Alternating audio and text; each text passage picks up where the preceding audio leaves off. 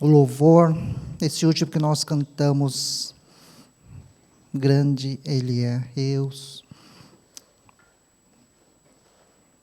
Ele se faz presente, eu sou, é Ele que está aqui conosco, é Ele que está aqui para mover nossas vidas, é Ele que está aqui para ouvir cada um dos nossos corações, e é Ele que conhece a tua vida, não sou eu, não são os pastores, mas Ele, nosso Senhor Jesus Cristo, Ele conhece a cada um de vocês.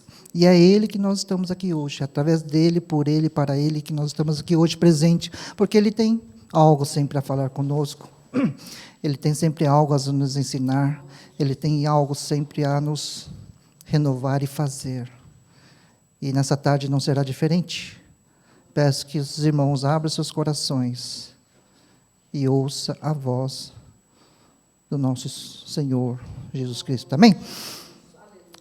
Eu acho até interessante quando, a semana passada, no último domingo, a pastora falou, irmão, sabe que o irmão vai dar a palavra semana que vem? Eu já o Espírito Santo já estava me preparando. Irmã, sabia, só que não tinha nada pronto. E algo assim interessante, que como Deus trabalha na nossa vida, não sei, né, com cada um dos preleitores que vem até aqui, como o Espírito Santo usa e trabalha com cada um. A forma como Ele usa a minha vida para preparar a mensagem, Ele vai como se fosse um quebra-cabeça. Ele me dá uma passagem, a cura do Bartimeu. Tá, Senhor, e aí? Nós sempre fazemos essa pergunta, e aí? O que o Senhor quer com essa palavra? Que tipo de mensagem? E Ele foi dando aos poucos, mas de uma forma que nós temos que nos preparar. Então, comecei a ler. Li e nada. Aí tem quem tem suas Bíblias, tem assim, antes do texto, né? Tem assim, as outras passagens dos outros evangelhos, que seria no caso Mateus, Marcos e Lucas, tem as passagens que se referem à mesma história. Então, fui lendo. Aí Deus começou a falando. Aí eu fui entendendo. E com isso, para nós que pregamos aqui, nós temos que nos preparar, nós temos que estudar. E coloca perguntas. E vai colocando muitas perguntas. E essas perguntas me obrigam a estudar, a pesquisar. E com isso, nós vamos aprendendo. E a pergunta que ele me colocou quando estava preparando. Cada um de nós que estamos aqui, nós lemos a Bíblia. Só lemos a Bíblia? Ou nós estudamos a Bíblia? Há uma grande diferença. É isso que Deus colocou no meu coração. O fato de você ler a Bíblia, o fato de você estudar a Bíblia, te vai fazer uma pessoa diferente. Diante do tempo que nós vivemos, convivemos. E há determinadas épocas que vão passando, nós somos desafiados. Nós, como cristãos, nós somos desafiados constantemente. E nós estamos vendo que muitos dos cristãos estão se perdendo naquilo que nós não deveríamos estar nos perdendo. E, principalmente, você é um leitor da Bíblia ou você é um estudante da palavra de Deus ou a Bíblia. A grande diferença é, nesse texto que Deus colocou no meu coração, e analisando as 3 partes dos 3 evangelhos, Deus vai falar. Falou comigo e eu creio que vai falar com cada um de vocês. Convido a igreja a abrir suas Bíblias no Evangelho de Marcos, capítulo 10. Do versículo 46 ao 53. O Evangelho segundo Marcos, capítulo 10, versos 46 ao 53. E hoje eu trago para a igreja um grande desafio. É aquilo que Deus me colocou no meu coração, e é um grande desafio para todos nós que somos cristãos. Amém? O Evangelho de Marcos, capítulo 10, versículo 46 a 53, fala exatamente da cura do cego Bartimeu. A palavra nos diz: então chegaram a Jericó, quando Jesus e seus discípulos, juntamente com uma grande multidão, estavam saindo da cidade. O filho de Timeu, Bartimeu, que era cego, estava sentado à beira do caminho pedindo esmolas.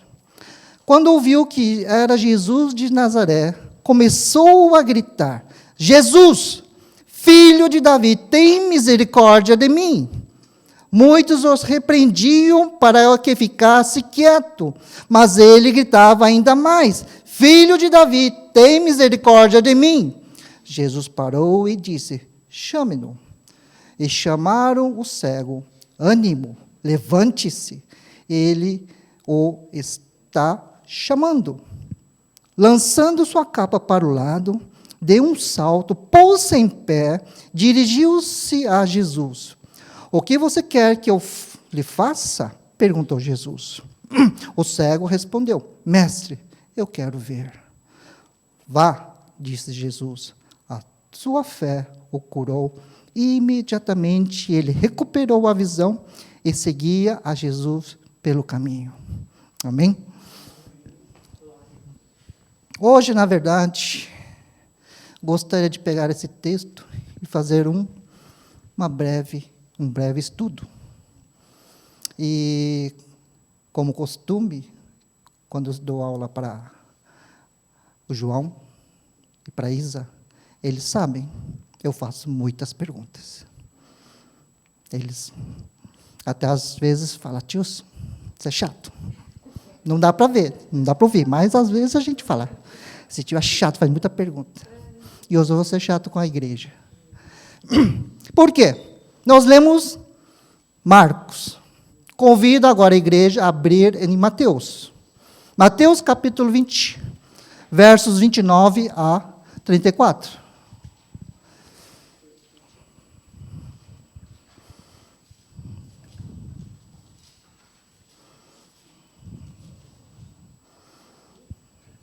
Mateus capítulo 20, versos 29 ao 34. É a mesma passagem, é a mesma história. Desculpa, não é a mesma passagem, mas a mesma história. Só que há algo diferente. Amém? Todos abriram? Ao saírem de Jericó, uma grande multidão seguiu a Jesus. 2 cegos estavam sentados à beira do caminho, e quando ouviram falar que Jesus estava passando, puseram-se a gritar: Senhor, filho de Davi, tem misericórdia de nós. A multidão os repreendia para que ficassem quietos, mas eles gritavam mais ainda: Senhor, filho de Davi, tem misericórdia de nós. Jesus, parado, chamou-os e perguntou: o que vocês querem que eu lhes faça? Responderam eles: Senhor, queremos que se abram nossos olhos. Jesus teve compaixão deles e tocou nos olhos deles, e imediatamente eles recuperaram a visão e o seguiram. Há uma diferença? O primeiro texto que nós lemos em Marcos diz que havia um cego. E agora nós lemos em Mateus, haviam 2 cegos. Mas para colocar mais lenha no texto de hoje, Lucas, capítulo 18, versos 35 a 43. Lucas 18, 35 a 43. Também é o cego de Jericó. Ao se aproximar-se Jesus de Jericó, um homem cego estava sentado à beira do caminho pedindo esmola. Quando ouviu a multidão passando, ele perguntou o que estava acontecendo. Disse-lhe: Jesus de Nazaré está passando. Então ele se pôs a gritar: Jesus, filho de Davi, tem misericórdia de mim. E os que iam adiante o repreendiam para que ficasse quieto. Mas ele gritava ainda mais: Filho de Davi, tem misericórdia de mim. Jesus parou e ordenou que o homem lhe fosse trazido. Quando ele chegou de perto, Jesus perguntou-lhe: o que você quer que eu lhe faça? Senhor, eu quero ver, respondeu ele.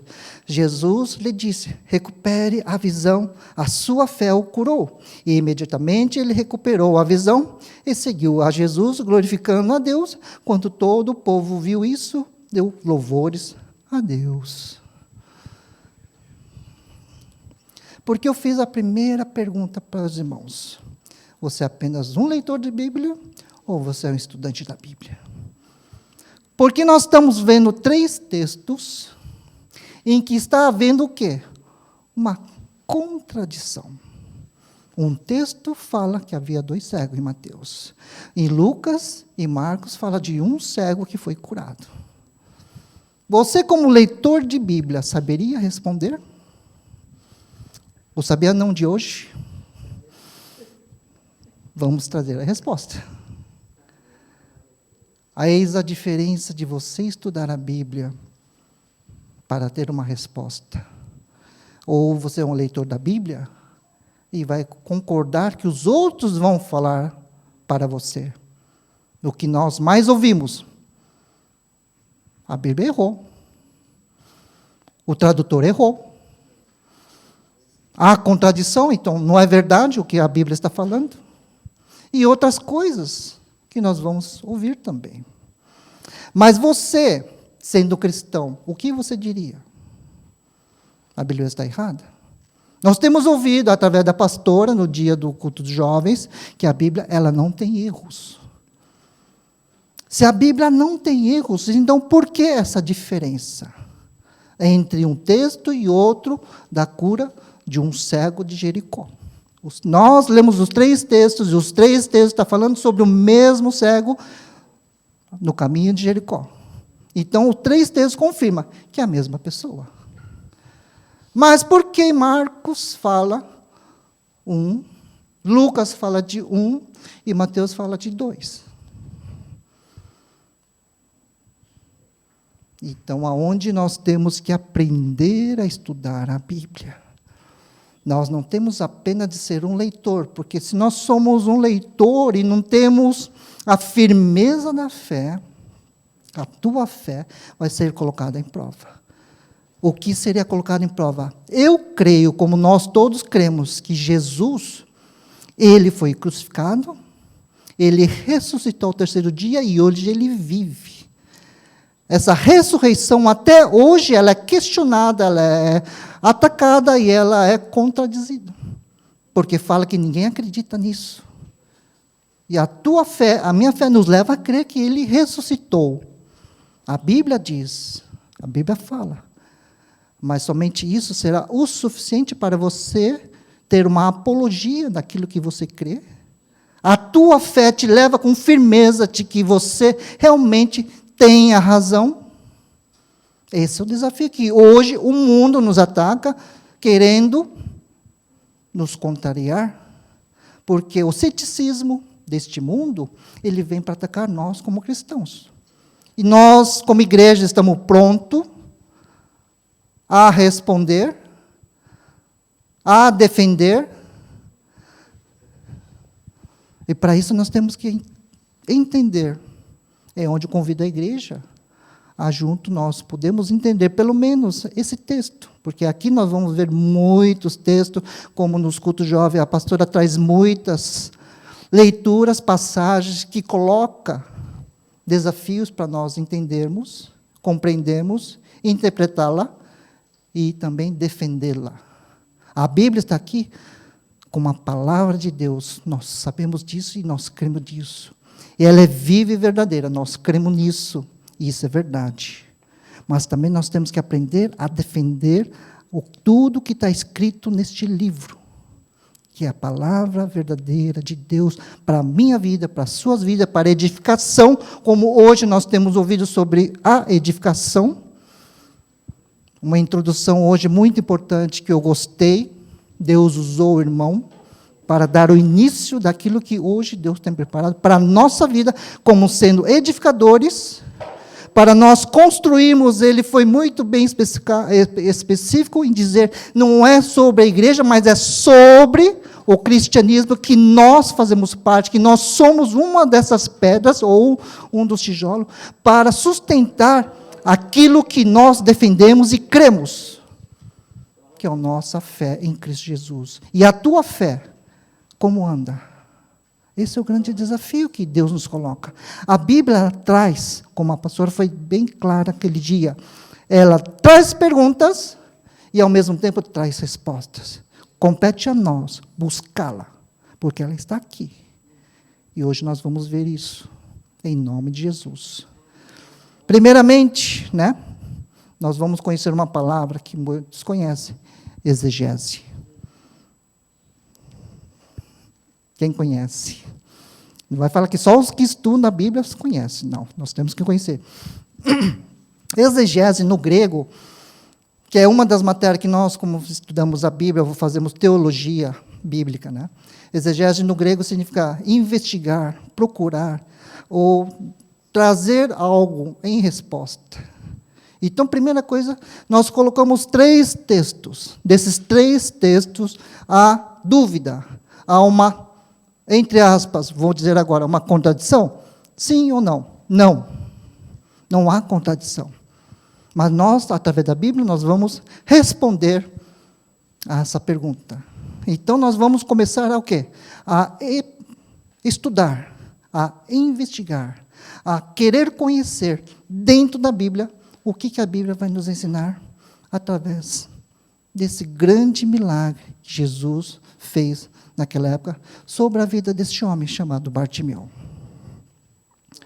Em primeiro lugar, quais são os 3 livros que nós lemos? Mateus, Marcos, Lucas. Eles têm algo em comum? Tem. São chamados evangélicos sinóticos. O que significa isso? São 3 evangelhos que elas têm que se completar uma com a outra, em continuação, em ligação, em história, em geografia, em cultura, em tudo. Ela vai ter que completar um outro. Primeira coisa. Segunda coisa, quem escreveu Mateus? Logicamente, Mateus. Quem escreveu Lucas? Lucas.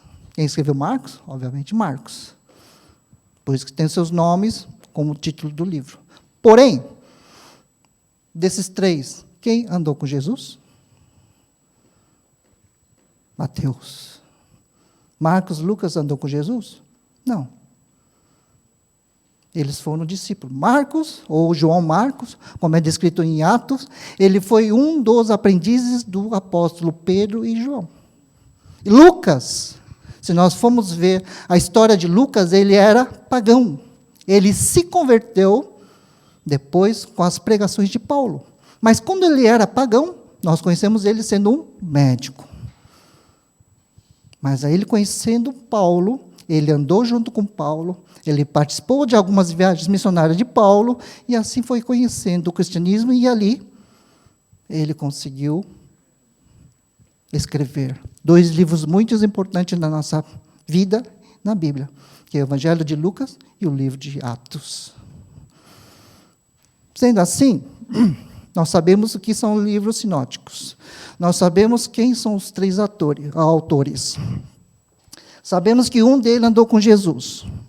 Vamos começar com Mateus. Quem era Mateus? Todos nós lendo a Bíblia sabemos que ele era um cobrador de impostos. Ele se converteu como?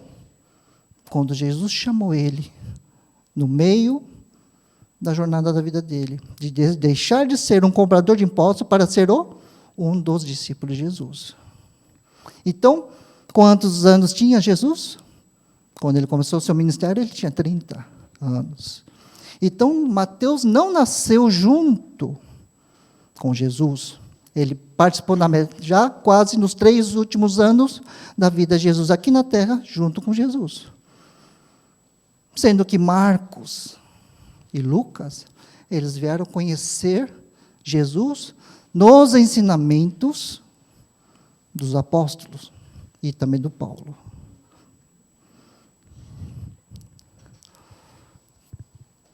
Outra pergunta: em que época foi escrita as 3 cartas, os 3 evangelhos?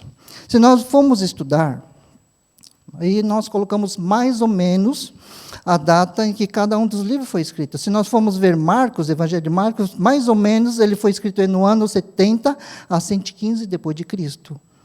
Marcos foi escrito no ano 64 a 70 depois de Cristo.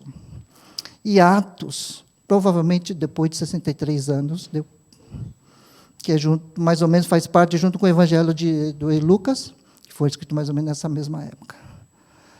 Se Jesus foi crucificado como nós aprendemos, com 33 anos de idade, se nós subtrairmos os 33 anos desse período que nós vamos calcular, e arredondar um pouco, 70, 63 ou 59 anos, vamos dizer 60 anos.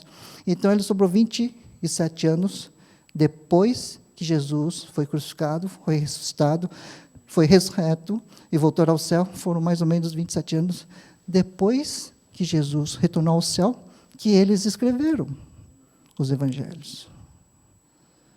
Se nós temos uma boa memória, depois de 1 ano, 2 anos, a gente consegue lembrar cada detalhe que está escrito nos evangelhos.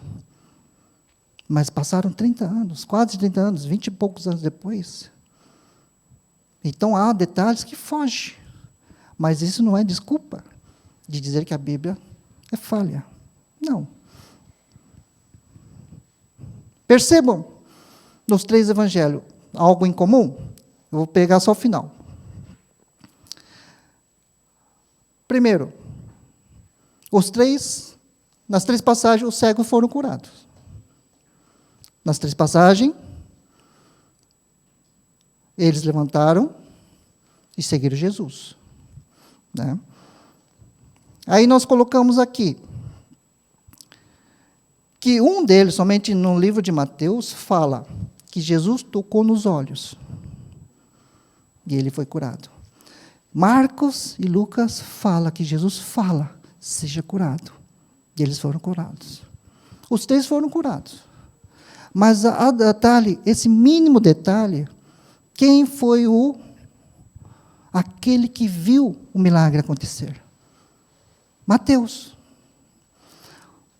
Marcos e Lucas, eles apenas pesquisaram, foram atrás de fontes. Então, alguns detalhes escapam. Mas nas 3 versões, o cego foi curado. Então, muitas vezes, nós vamos questionar um pequeno detalhe que foi escrito depois de 20 e tantos anos. Acredito que não. Mas os 3 falam, aquele homem foi curado. A questão é o começo, que nós estamos tendo uma certa dificuldade de entender. Então, vamos ler primeiro, Mateus. No versículo 29, fala, ao saírem de Jericó, uma grande multidão seguiu a Jesus. 2 cegos estavam sentados à beira do caminho, quando ouviram falar que Jesus estava passando. Lembram bem? Mateus fala, ao saírem de Jericó. Lucas fala, ao se aproximar Jesus de Jericó, ou seja, nós entendemos que no momento que Jesus estava chegando a Jericó, o cego estava sentado à beira do caminho pedindo esmola. Quando ouviu a multidão passando, ele perguntou o que estava acontecendo. Disseram, Jesus já estava passando. Agora, quando nós vamos para Marcos, diz, então chegaram a Jericó, ou seja, eles vieram, e Jesus e os seus discípulos chegaram a Jericó. Quando Jesus e os seus discípulos, juntamente com uma grande multidão, estavam saindo. Então, aqui nós vemos que Marcos e Mateus há algo em comum. Na saída, o cego, conforme Marcos, foi curado. E Mateus fala que 2, na saída de Jericó, foram curados. Mas ainda há contradição, entre aspas. Mateus fala 2, e Marcos fala 1. Nós vamos ver no final. Para deixar mais emocionante. Senão não tem graça, né? Senão eu vou trazer uma simples aula aqui e não ter aquela emoção da conclusão, do final. Tem que deixar aquela coisa, a expectativa. E agora? O que vai acontecer? Né? Mas em todos os três falava que uma grande multidão seguia ele. Então agora outra pergunta. Este homem foi curado na entrada ou na saída? Vamos responder. Senão não teria preparado hoje aqui. Deixar isso para depois. Mas antes eu queria voltar a Marcos, em que ele fala algo muito interessante. No Evangelho de Mateus e no Evangelho de Lucas, não menciona o nome de Bartimeu. Então, a primeira coisa que nós vamos interpretar, entender no texto de Marcos, que Marcos deveria ou poderia conhecer este homem. Como nós sabemos. Porque Marcos fala, filho de quem? De Timeu. Bartimeu. Mateus, Lucas, não dá o nome. Então, nós podemos concluir, não com muita certeza, mas, digamos, 99%, que Marcos era conhecido, porque ele sabia a sua família e sabia o nome deste cego.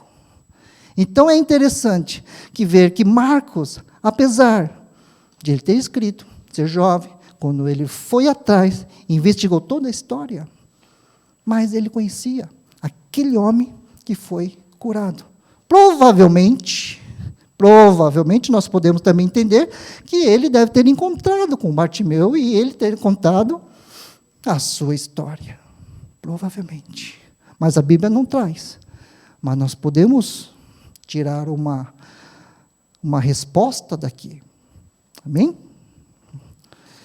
Sendo isso, ainda resta uma grande dúvida, não é? Mateus fala 2. João. Lucas e Marcos falam 1. Qual a diferença? Onde está a diferença? Por que essa diferença?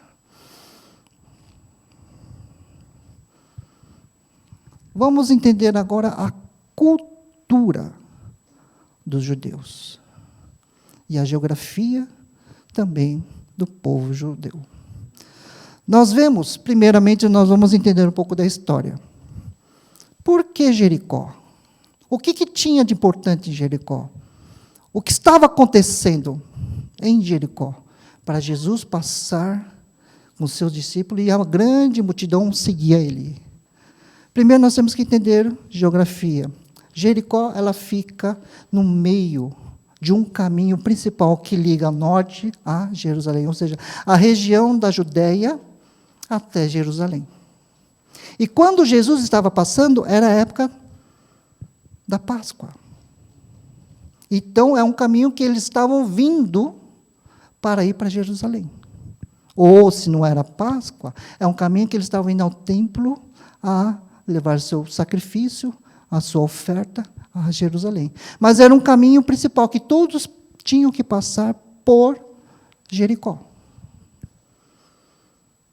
Havia outro caminho? Havia. Era um caminho que os judeus evitavam passar. Sabe qual é? Passar por Samaria. Em que nós vemos uma das passagens da Bíblia, em que Jesus ele evita de passar pelo caminho de Jericó, ele passa justamente por Samaria para encontrar com aquela mulher do poço. Mas não, aquele dia ele estava passando com os seus discípulos a caminho de Jerusalém e passou por Jericó. De onde ele estava vindo? Jesus estava vindo de uma região chamada Decápolis. O que seria Decápolis? 10 cidades. Essas 10 cidades, nós lemos na história da Bíblia, vemos que ele era governado pelo irmão de Herodes, que mandou matar Filipe, que era seu irmão, para ficar com a sua esposa, Herodina, e casar com ela. Foi aí que desperta a ira de João Batista, que depois manda degolar ou decapitar João Batista. E o que é Decápolis? 10 cidades. Se nós estudarmos no grego, o final da palavra polis, no grego significa cidade. Então, da onde nós vemos uma palavra que nós conhecemos, metrópolis. O que significa metrópolis? É interessante saber um pouco mais, né? Se cidade, polis significa cidade, metro significa mãe, cidade, mãe. Por isso que a cidade principal é chamada de metrópole. E as outras cidades que ficam em redor, porque ela se torna a cidade principal e as outras cidades são cidades pequenas, englobando junto com a metrópole. E ali a Decápole eram 10 cidades, governado pelo ex-irmão de Herodes, e por motivo de querer casar com a mulher dele, mandou matar. Mas era a região onde Jesus mais estava passando. Era a região onde Jesus fazia muitos milagres, onde Jesus estava ali curando, operando, falando, pregando, falando muitas coisas. Amém? Para conhecer agora os 3 evangelhos, convido a igreja a abrir em Mateus capítulo 1, verso 1.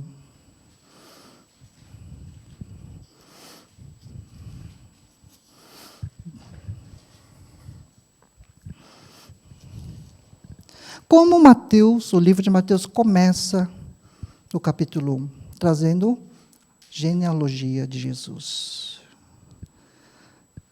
A pergunta que eu fiz anterior, quando Mateus conheceu Jesus? Jesus tinha 30 anos. Quando Jesus estava passando, já preparando os seus 12 discípulos, então ele passava e passou na frente de Mateus e chamou. Então, nós temos aqui uma grande informação para nosso estudo. Mateus foi chamado, quando ele já era jovem, adulto, para seguir Jesus. Então, Mateus também teve que estudar. Teve que ir atrás dessa essa parte importante, não sei a palavra, desculpa, da genealogia de Jesus. Então, ele foi atrás desses nomes que está escrito aqui, foi lá, escreveu a genealogia de Jesus. Então, Mateus, ele também foi investigar, ele foi atrás da história, até o encontro com ele, com Jesus. Então, Mateus, vamos entender um pouco de Mateus. Mateus, ele era cobrador de impostos. E cobrador de imposto, ele é uma pessoa minucioso. E sendo uma pessoa minuciosa, era uma pessoa chata.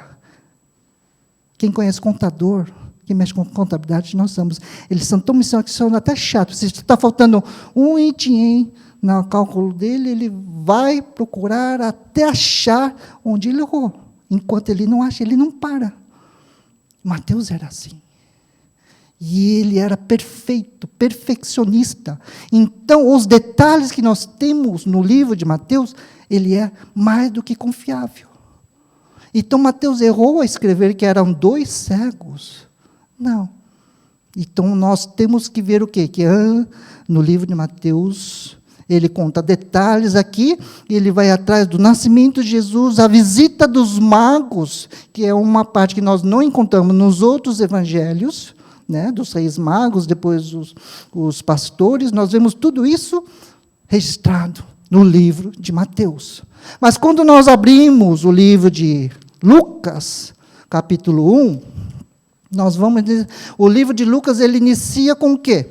Ele inicia com uma introdução. Capítulo 1, quem quiser abrir a Bíblia, no versículo 1 fala assim: muitos já se dedicaram a elaborar um relato dos fatos que se cumpriram entre nós. Nós, que ele está falando de tudo aquilo que estava aprendendo, ou nós, no sentido de ser os cristãos. Conforme nos foram transmitidos por aqueles, quem são aqueles? Os apóstolos, que desde o início foram testemunhas oculares, confirmando que eram os próprios apóstolos que estavam ensinando sobre Jesus, sobre a morte dele, sobre a ressurreição, e tudo isso eles criam. E Lucas também creu. E foram testemunhos oculares e servos da palavra. Eu mesmo investiguei. Então mostra que também Lucas era uma pessoa minuciosa, porque ele foi atrás de detalhes, ele foi atrás de todas as informações, e ele fala aqui, eu mesmo investiguei tudo cuidadosamente, desde o começo, e decidi escrever-te um relato ordenado, ó excelentíssimo Teófilo. Quem é esse homem, excelentíssimo Teófilo?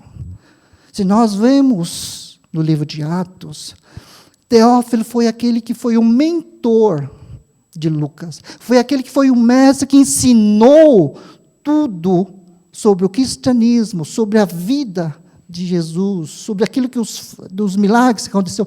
Então, foi aquele que foi responsável para ensinar tudo para Lucas.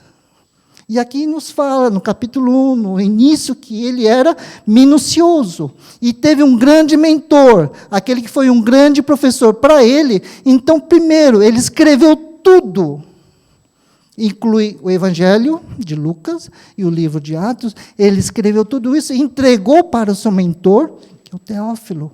E ele, como sendo um homem que provavelmente andou ou conheceu Jesus, e depois deu a continuidade com os seus discípulos, seus apóstolos. Então, ele teve muito aprendizado com os discípulos de Jesus, e ali conhecia muito bem tudo que se passou. Então, Lucas, com grande honra, depois que ele terminou o seu trabalho, entregou para Teófilo, para ele conferir. Então, foi conferido aquilo que Lucas escreveu, que nós temos hoje na mão, que é o Evangelho de Lucas e o livro de Atos. Então, são 2 livros confiáveis. E nós temos o livro de Marcos. Também ele foi, investigou e escreveu.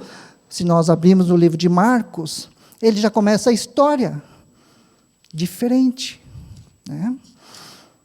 Capítulo 1 de Marcos, no versículo 1, ele fala, João Batista prepara o caminho seria de Jesus.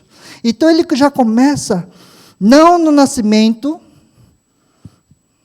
mas ele começa, primeiramente, falando sobre João Batista, que nasceu antes de Jesus.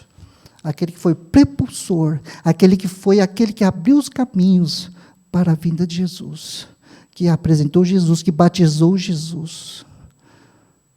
Então, Marcos também, ele foi atrás, só que ele não tinha todos os detalhes. Por isso que eles são sinóticos, porque eles estão se interligando agora. Mas ainda a mesma pergunta ainda continua.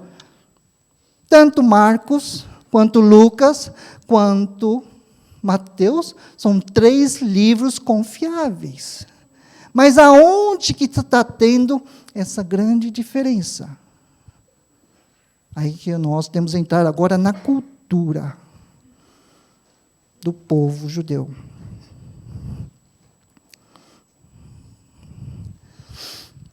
Não precisam abrir agora, só vou estar lendo rapidinho.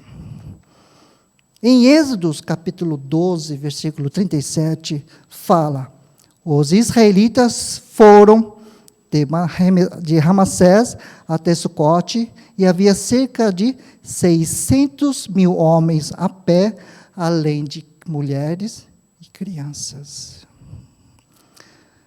No livro de Mateus, na primeira multiplicação de pães, capítulo 14, versículo 21, fala, os que comeram foram cerca de 5.000 homens, sem contar mulheres e crianças. E na segunda multiplicação dos pães, nós vemos em Mateus capítulo 15, versículo 38, os que comeram foram 4.000 homens, sem contar mulheres e crianças. Dentro da cultura judaica antiga, mulheres e crianças não eram contados. Então, se nós formos ver os relatos históricos e geográficos, os acontecimentos, apenas contavam-se homens. Mulheres e crianças não eram contados. como diz o nosso irmão Williams, a cereja do bolo. Os três estão certos. Nós podemos pegar esses três textos e nós podemos agora olhar com outros olhos. A entrada foi curada um cego, como está relatando no livro de Lucas. Na saída foi curado mais um cego. Só que ali, Mateus fala que foram duas curas. Então, se nós voltarmos para o texto de Mateus, fala o quê? Saíram de Jericó, uma grande multidão seguiu Jesus, 2 cegos. Só que o segundo cego, para Lucas e para Marcos, poderia ser ou uma mulher ou uma criança. Como Mateus ele era detalhista, mas ele aqui não coloca o nome, dizendo foi um homem e uma mulher, porque diante da tradição judaica não se conta mulher. Mas ele colocou o quê? 2 cegos. Não se referindo, era um cego homem, ou um cego mulher, ou um cego homem, ou um cego criança. Mas foram 2 cegos que foram curados. Bartimeu é um deles. Que Marcos nos traz o nome. Mas como na tradição judaica, não se menciona o nome. E também não se menciona se era mulher ou criança. Mas foram curados 2. Mateus era minucioso. Mateus era detalhista. Mateus ele era perfeccionista. Ele não ia deixar passar, porque ele foi o quê? Testemunho ocular do acontecimento naquela época. Poderia ter esquecido? Acredito que não. Por ser um contador, por ser um cobrador de impostos, detalhes visíveis, acredito que Mateus não iria esquecer. Só que, vamos dizer assim, com respeito ou tradição judaica, ele não poderia escrever aqui que foi um homem e uma mulher. Mas o que nós podemos concluir com esses 3 textos, houve sim a cura de um cego na entrada e um cego na saída. Agora, Mateus dá esse detalhe. Lucas e Marcos, em referências a detalhes que possam ter passado com o tempo, um fala que foi na entrada e o outro fala na saída. Poderia Marcos estar correto. Marcos fala que foi uma grande multidão, estava na saída da cidade, então 100% de Marcos bate com o de Mateus. Mas Lucas, ele poderia ter pesquisado, e nessa de entrada ou saída da cidade, algumas informações não foram bem confirmadas. Mas o Espírito Santo de Deus não entra nesse meio dessa história para confirmar? Sim, mas não dá esse detalhe que é tão reverente. Não é tão importante, porém, nós vemos que a cura dos cegos aconteceu. E outra coisa, um detalhe muito rico e importante. No Evangelho de João, capítulo 21, versículo 25. Lembre-se sempre desse versículo quando nós fomos questionados com a Bíblia. João 21, 25 fala: Jesus fez também muitas outras coisas. De cada uma delas fosse escrita, penso que nem mesmo no mundo inteiro haverá espaço suficiente para os livros que seriam escritos. Jesus fez muitos milagres mesmo. E uma outra pergunta que eu deixo para os irmãos: nessa estrada, nesse caminho de Jericó, só havia 2 cegos em busca de cura? Era uma estrada principal, Era estrada que havia muitas pessoas passando por ali. E nessa estrada principal havia outros mendigos pedindo esmola, porque era ali o lugar onde todos os viajantes passavam. E eu acredito que aquela rua não estava somente 2 cegos pedindo esmola. Havia outros mendigos também pedindo esmola.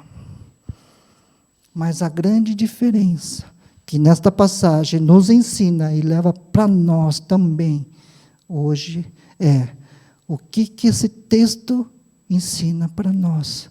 Se João fala que se foi feito tantos milagres, mas tantos milagres, não haveria livro suficiente, quer dizer, não haveria espaço suficiente para registrar em livro tudo que Jesus fez. Então, algo de importante tem na história desse homem, para a nossa vida. Como foi dito hoje, no início do culto, eu não sei como cada um de vocês chegaram até aqui. Eu não conheço a vida dos irmãos e das irmãs. Jesus sabe. Jesus, quando ele esteve aqui, ele passou por muitos lugares e fez cura em muitos lugares quando ele estava aqui.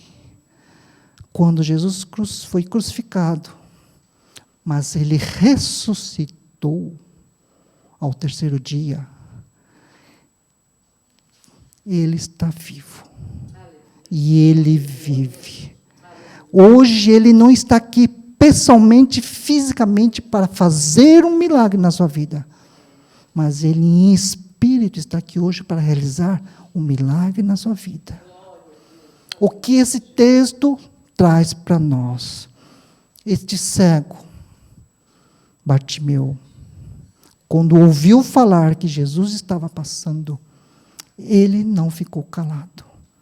Ele gritou: Jesus, filho de Davi, tenha misericórdia de mim. Tenha misericórdia de todos nós. Jesus, ele está vivo. Jesus está aqui no meio de nós. Nós temos buscado ele desde o início desse culto. Nós temos adorado, nós temos orado, nós temos lido, e ele se faz presente. Esta passagem nos traz que nós não podemos ficar calados, porque Jesus perguntou: o que quer que eu faça? E nós temos que falar, nós temos que gritar, e nós temos que chamar. A multidão tentou abafar, a multidão tentou impedir, querendo impedir que um cego, Bartimeu, recebesse um grande milagre na sua vida, que é querer ver. Mas muitas vezes Jesus está aqui, mas também da nossa vida existe uma multidão chamada vergonha. Muitas vezes nós temos uma multidão que se chama a timidez, a incapacitação. Eu não mereço todas as coisas que vão vir te impedir de você levantar a sua mão e gritar: Jesus, filho de Davi, tenha misericórdia de mim. É esse grito que nós temos que dar. Tenha misericórdia de mim. Eu preciso da sua cura. Essa cura que cada um de nós, eu inclusive também preciso, necessito na minha vida. E nós sabemos que Jesus está aqui, no meio de nós. A minha fé leva a isso, eu creio nisso, e Ele se faz presente. E nós teremos a Santa Ceia do Senhor, que é a renovação da nossa memória, do sacrifício que Ele fez por nossa vida. Se nós estamos hoje comemorando a Santa Ceia em reverência à ressurreição daquilo que Ele fez por nós, então nós cremos que Ele está aqui. Nós cremos que Ele faz presente, nós cremos que Ele está aqui para operar. O mesmo Jesus, ontem, Ele é hoje e amanhã, Ele pode fazer os grandes milagres na sua vida, na minha vida e na vida de todos nós. Mas nós precisamos, como ensina esta passagem, deste cego, vamos chamar a Jesus. Tenha misericórdia da minha vida. Tenha misericórdia de mim. Eu sou imperfeito, sou. Prefira de curas emocionais, espirituais ou físicas. Jesus não vai ver isso. Ele está aqui para fazer um milagre na sua vida. Nós cremos, a nossa fé, aquilo que está escrito neste livro, a Bíblia, nos leva a crermos que Ele vive, está aqui e vai fazer como tem feito muitos milagres nesses séculos que se passaram, nesses anos que temos passado. Nós temos ouvido muitas coisas acontecer, nós temos ouvido muitas testemunhas de pessoas que tiveram encontro com Jesus, independente se ele é ateu, se ele é islâmico, se ele é budista, se ele é outra religião, mas Jesus curou, Jesus se fez presente, Jesus estava ali, vivo. E hoje Ele quer fazer esse milagre. Ele quer fazer um milagre na sua vida. Como eu disse, eu não sei como cada um chegou aqui. Eu não sei qual é a sua luta. Eu não sei qual é a sua dificuldade. Eu não sei. O pastor, a pastora não sabe, nem o seu irmão do lado sabe. Mesmo casados não sabe. Porque muitas vezes há uma parte íntima que só Jesus sabe. E Ele quer curar. Ele tem esse prazer em curar. Não mereço? Merece. Às vezes eu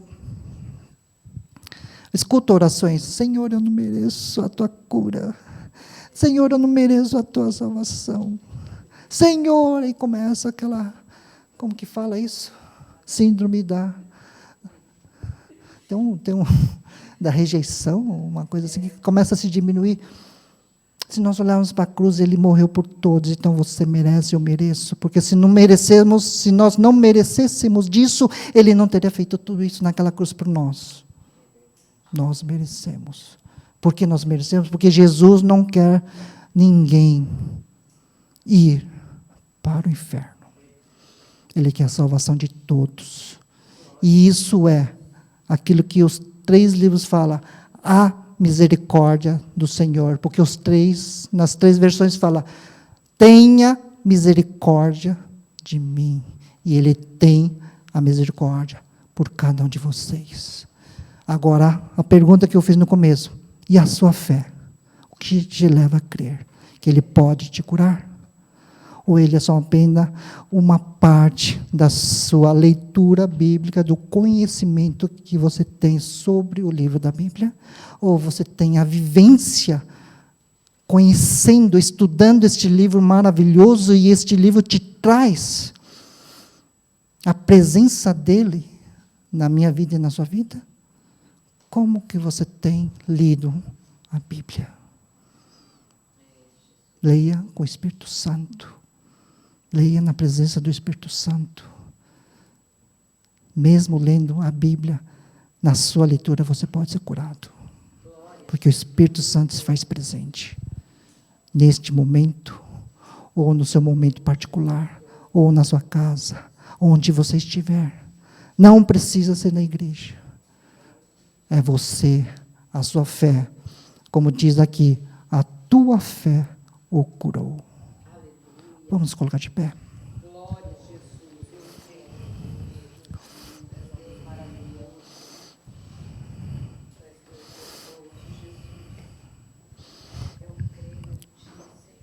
Vamos orar ao Senhor.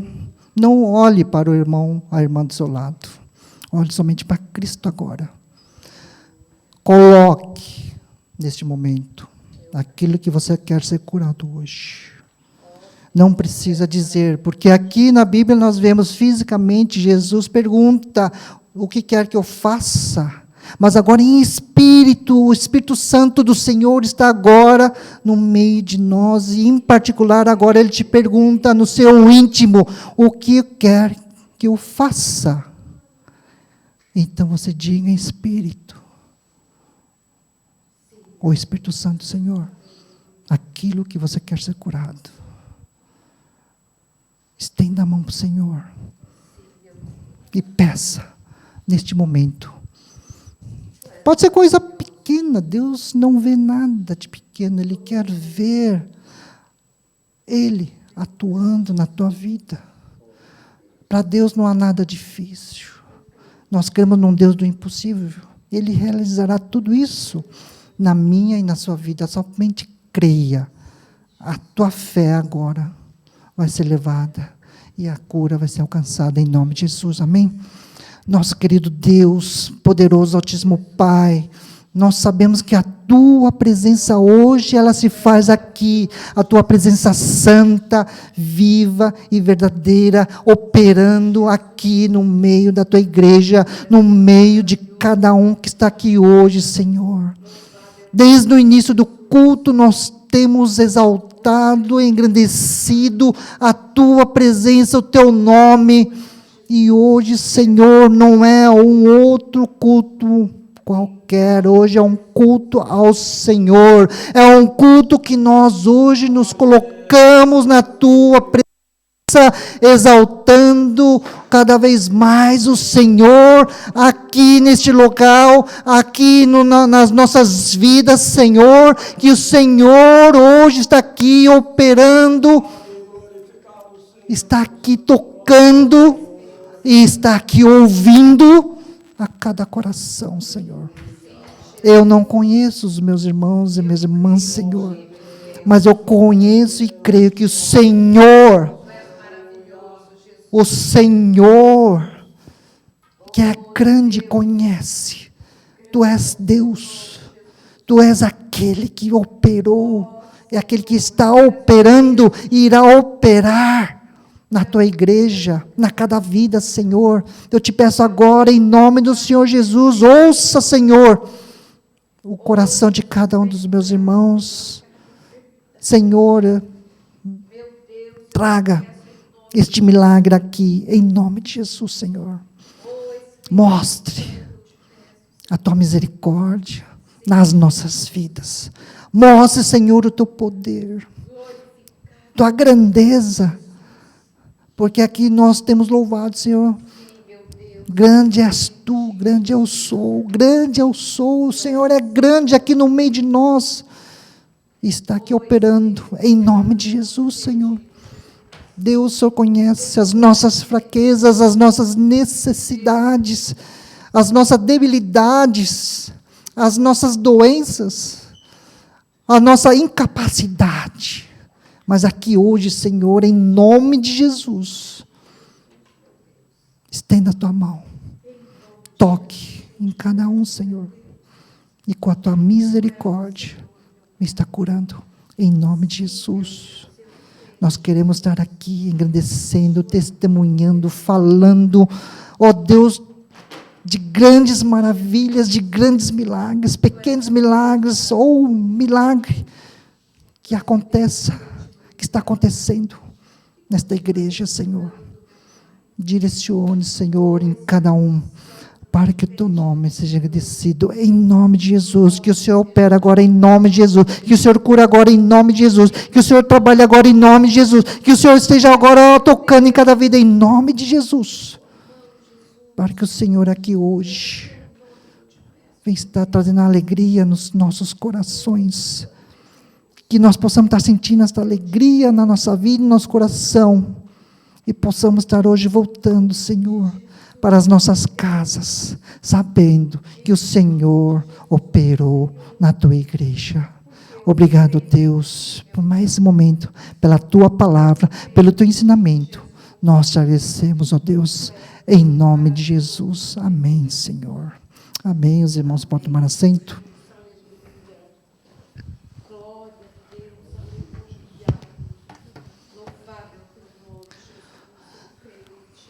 Obrigado pela oportunidade, que Deus continue operando e abençoando a cada um, em nome de Jesus, amém.